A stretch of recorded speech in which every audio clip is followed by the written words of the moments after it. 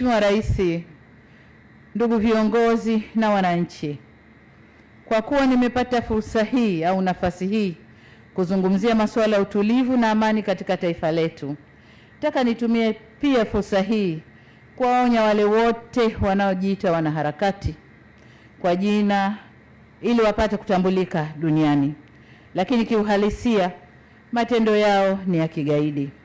Nataka niseme kidogo tafsiri ya ugaidi. Ugaidi unajumuisha vitendo vya uvunjifu mkubwa wa amani, uharibifu wa mali na miundombinu vinavyokusudia kuitishia jamii au kuishurutisha serikali kukubaliana na matakwa ya watu au kundi fulani kwa ajili ya kutimiza haja za kisiasa, kiitikadi au kidini.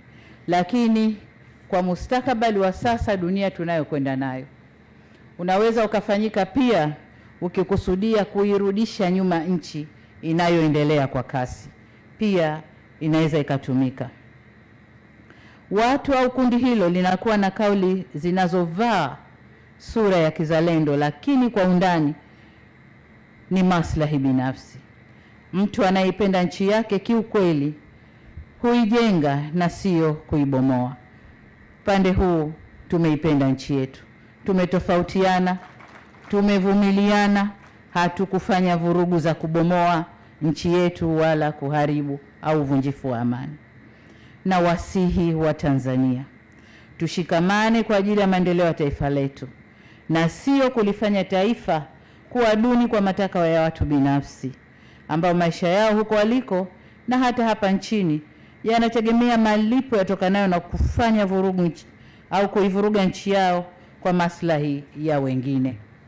Katika hali hii, niwahakikishie Watanzania kwa serikali yenu inasimama imara katika ulinzi wa raia wake na mali zao.